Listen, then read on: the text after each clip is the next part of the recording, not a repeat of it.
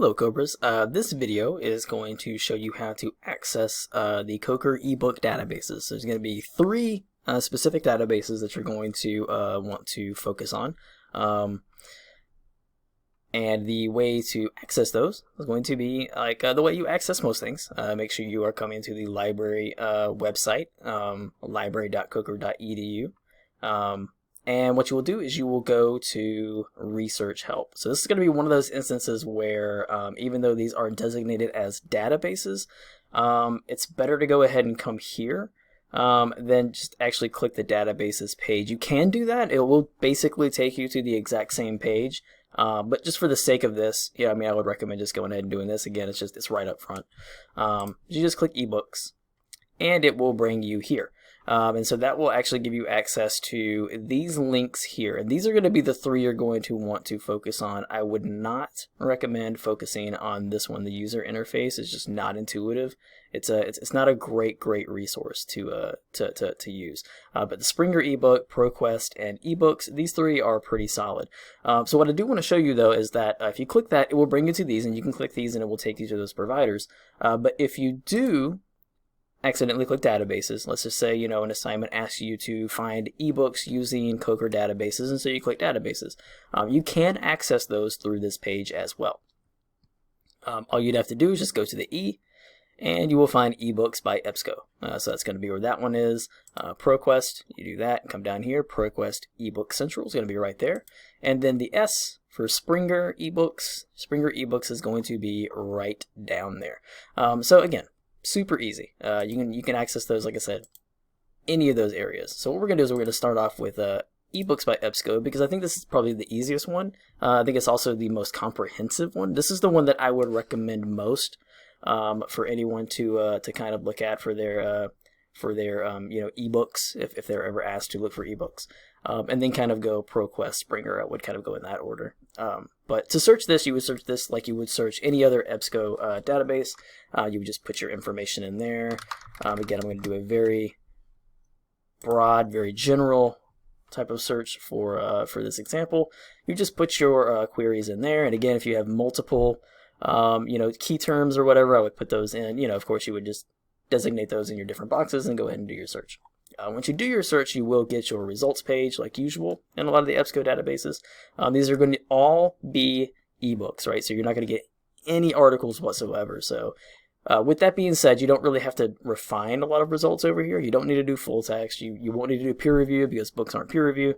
So you're already going to have all of your source types, which are all going to be ebooks, as you can see right there. So you really don't have to do any kind of limiting over here unless maybe language. You see, you have like a couple of German in here. Most of them are English, so even language isn't going to be super important. So at least the really cool thing with the ebooks side of things is that you really don't have to limit a whole lot. It's going to more or less just kind of find what you're looking for and just give it to you straight up front. So if you do want to access the book, you can do that a couple of different ways. You can go ahead and start looking at the table of contents down here, kind of get an idea of what this book has. You can click these links and it will take you to those specific parts, to those specific chapters in the e-browser. It will also give you most relevant pages from this ebook, so it kind of gives you excerpts like quotations and different things that might be of interest. And so if something like that, might be worth looking at those, and then you can just go straight to that page and kind of get an idea of what they're talking about in full.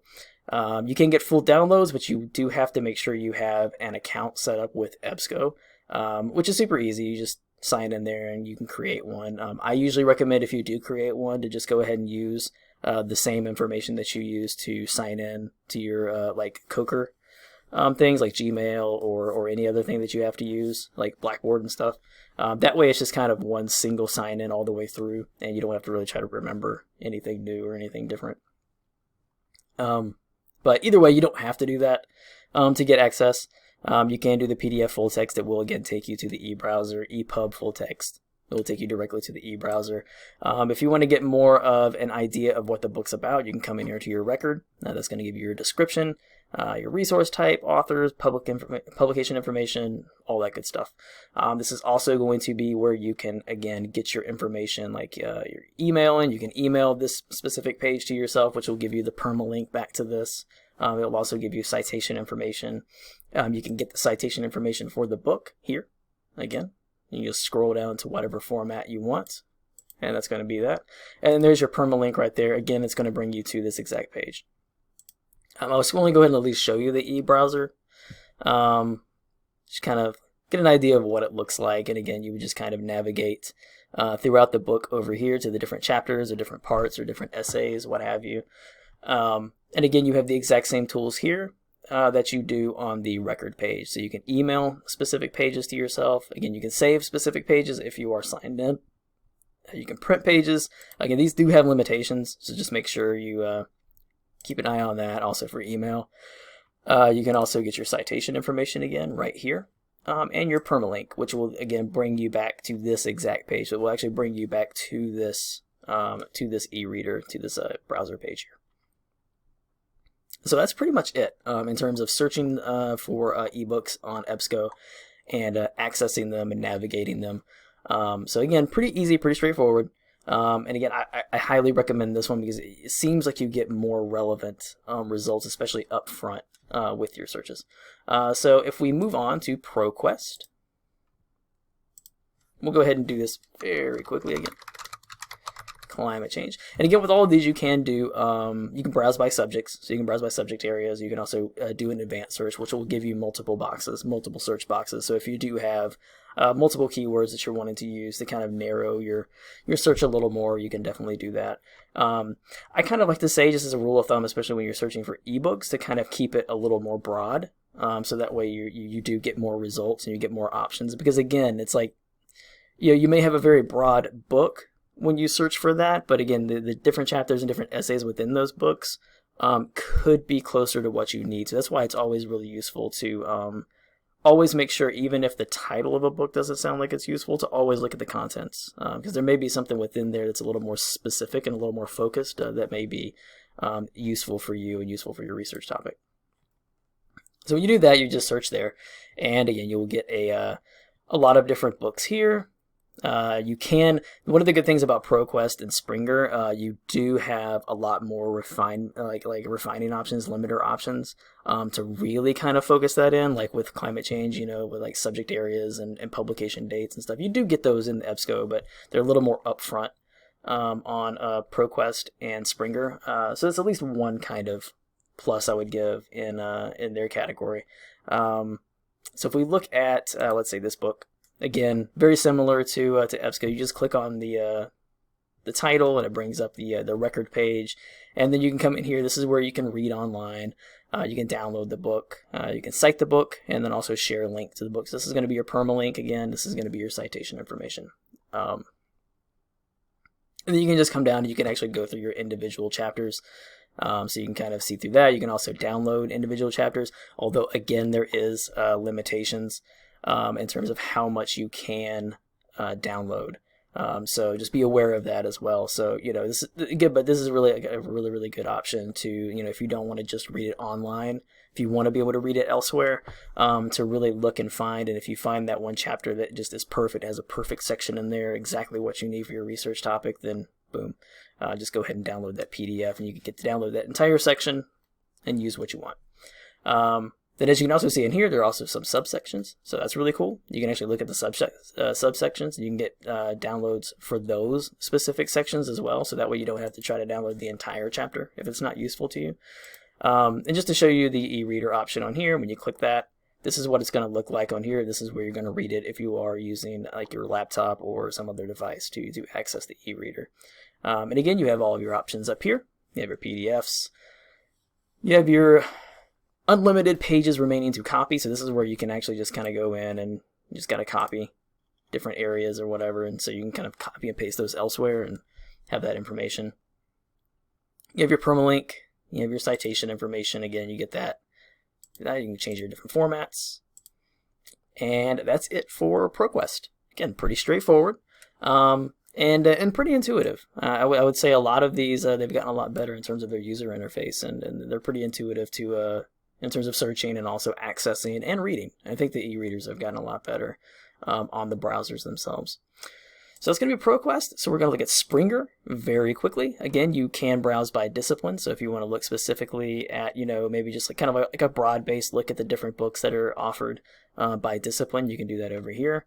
You also have journals, which is not going to be useful for this assignment, but you do have that option again.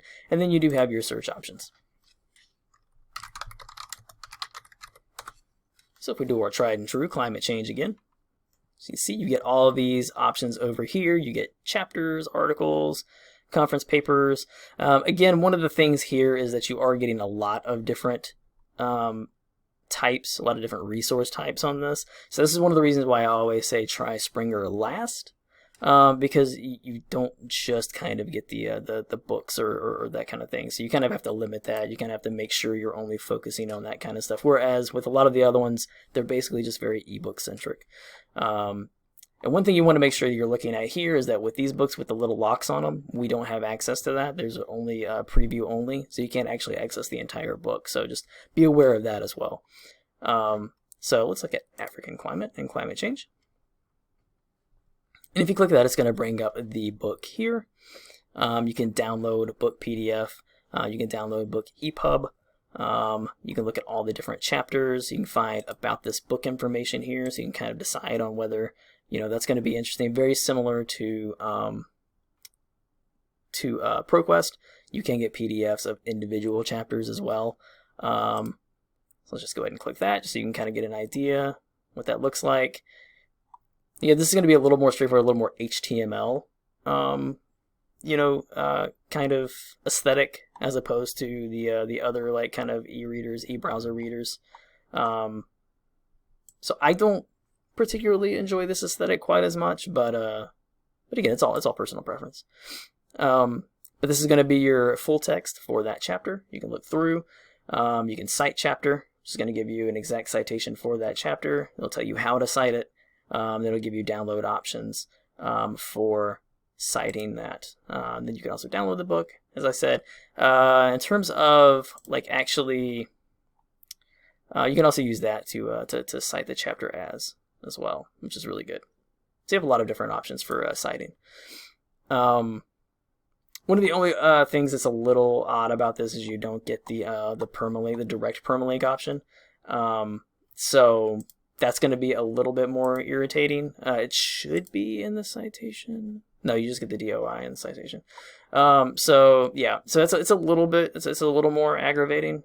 But you do get those options. One of the really cool things, though, and I do want to point this out really quickly, if you've made it this far in the video, bless you.